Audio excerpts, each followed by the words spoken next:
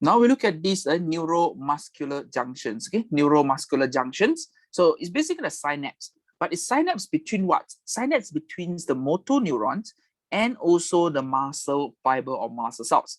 So it allows the action potential to be transmitted from the motor neurons to the muscle fiber and allows the muscle contraction to take place. So again, this synapse is a cholinergic. Right now, synapse. When we use the word cholinergic synapse, means that the neurotransmitter here is acetylcholine. Okay, it's acetylcholine. So it means that it's the same. It's the same mechanism as what we have learned in the synapse. Okay. So look at this now. Again, so the revisions, again, we are revision of synapse as well. So now when actual potential arrive, right? Actual potential arrive to the motor end plate. This part we call motor end plate. Can you see that? Okay. So this motor end plate here, what will happen? The actual potential arrive will cause the voltage gated calcium ion channel to open. So the opening of the voltage gated calcium ion channel allowed calcium ion to enter from the tissue fluid into the neurons, okay, or the motor end plate here. Okay, so what will happen in this case? Okay, the entry of the calcium ion will cause a series of reactions result in the movements of the vesicle that contains the acetylcholine. So this vesicle move towards the membranes and then release the neurotransmitter, by the process of the exocytosis. So the name of the neurotransmitter here known as acetylcholine. So this acetylcholine, again, diffuse across the synaptic cleft and then bind to the specific receptor onto the on this ligand gated, okay, ligand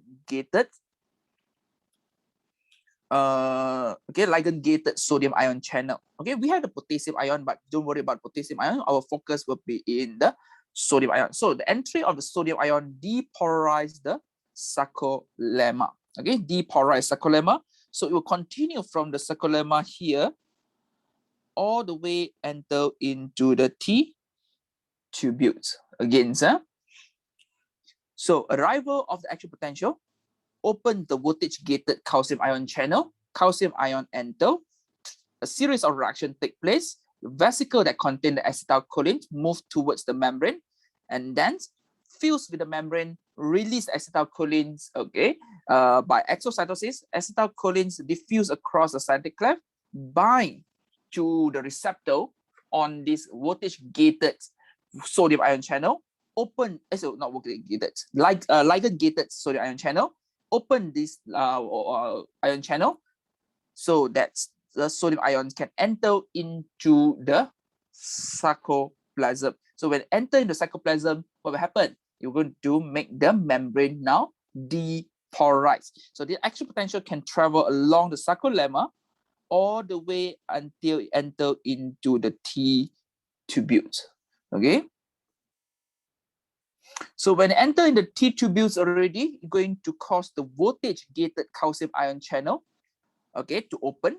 So now calcium ions release from the sarcoplasmic reticulum into the sarcoplasm.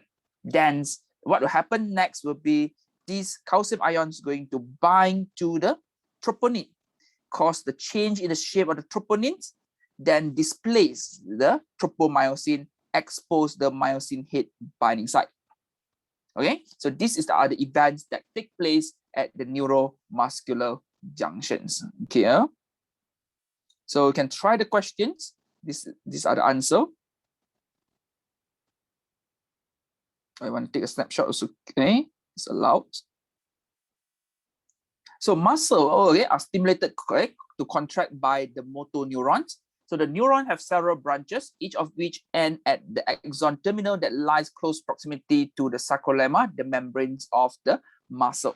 So a small gap known as a synaptic cleft separate the axon terminal or motor end plates from the sarcolemma. So the entire region is known as a neuromuscular junction. So action terminal contain a synaptic vesicle that filled with a neurotransmitter acetylcholine highlights. So when action potential travel down the motor neuron and arrive at the action axon terminal, so the action potential caused the faster diffusion of calcium ions because of the voltage-gated calcium ion channel open. So the calcium ion caused the vesicle that contain the acetylcholine, okay, the membrane, to fuse with the presynaptic membranes, okay. But in this case, very, very important, the vesicle have to move first, okay. So it move towards the membranes, and then now release acetylcholines into the synaptic cleft by the process of exocytosis. And acetylcholine now quickly diffuse across the cleft and bind to the binding sites on the receptor of the ligand-gated sodium ion channel on the membranes, okay, or this membrane called sarcolemma. Sodium ion diffusing through the facet diffusion. So therefore, depolarize the membrane, and this action potential travel or are spread along the sarcolemma and down the T-tubule to the sarcoplasmic reticulum. So the voltage-gated calcium ion channel in the membrane of the sarcoplasmic reticulum respond to the action potential, release the calcium ion stored in the sarcoplasmic reticulum. So the release of the calcium ion causes the filaments within the sarcomere to slide past one another. So sarcomere contracts, okay? So guys, cancel this one. Sarcomere cannot contract. Sarcomere becomes shortened.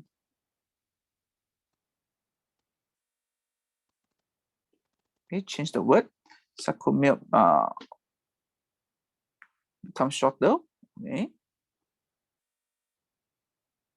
So results, the shortenings of the sarcomere result in the myofibril contractions, which in turn result in the muscle fiber and parallel muscle contractions. Okay, so to break down the acetylcholines, we need to have the acetylcholine esterase, okay, as usual. Okay.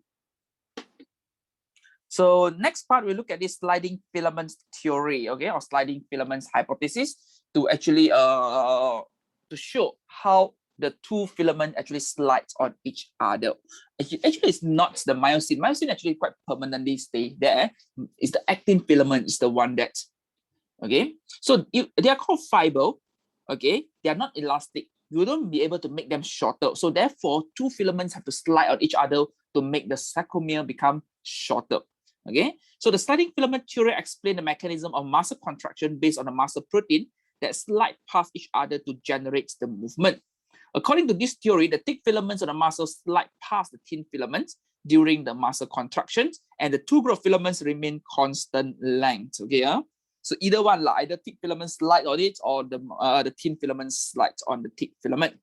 So during muscle contraction, very important calcium ion are released from the storage in the sarcoplasmic reticulum and bind to the troponin. Okay, you can see that this is a troponin. So this stimulates the troponin molecule to change its precise three-dimensional shape, shift the positions, okay, shift the tropomyosin position, expose the myosin head binding sites. Okay, you can see that from a complex now expose the myosin head binding site. So what is the sliding filaments theory? Okay, sliding filament theory. So myosin heads always at this what we call the low energy configuration. Again, low energy configuration. So ATP can bind, but ATP bind, always remember, unless we hydrolyze the ATP. If we didn't hydrolyze the ATP, then it won't supply the energy. Are you clear? Okay, I won't release energy. So first thing, what will happen here is we have to hydrolyze.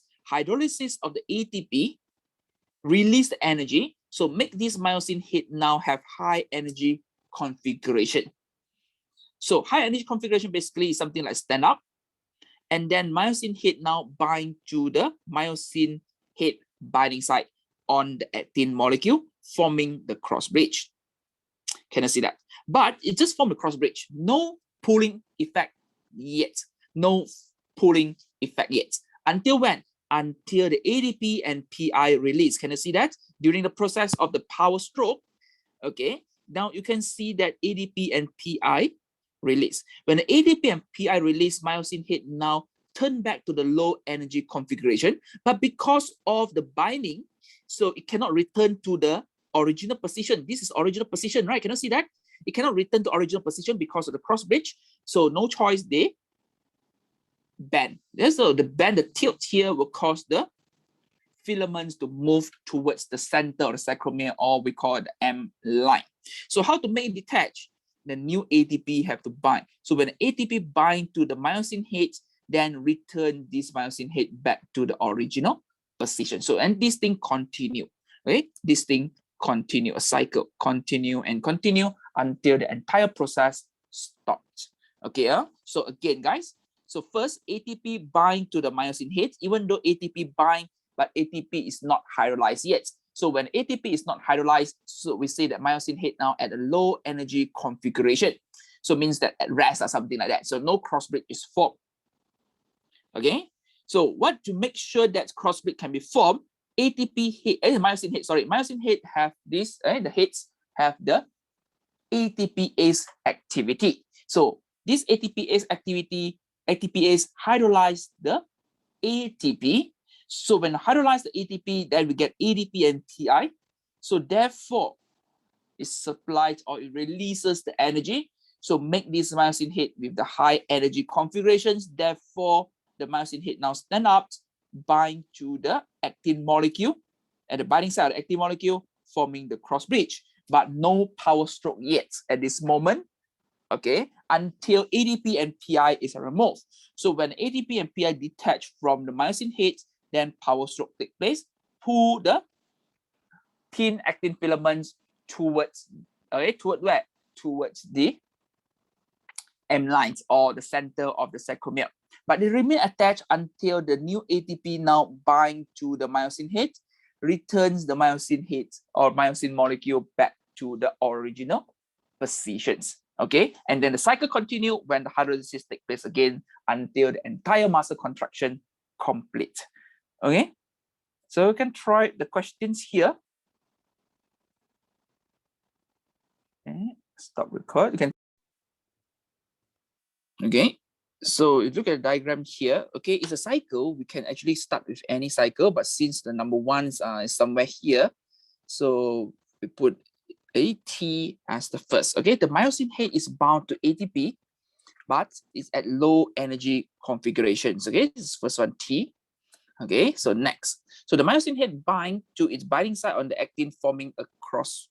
The myosin head hydrolyzes the ATP to ADP, and this actually release the energy. Correct not? When you hydrolyze the ATP to form ADP, they release the energy. So now the head is at the high energy configuration. So therefore bind to the binding site on the actin, forming a cross bridge.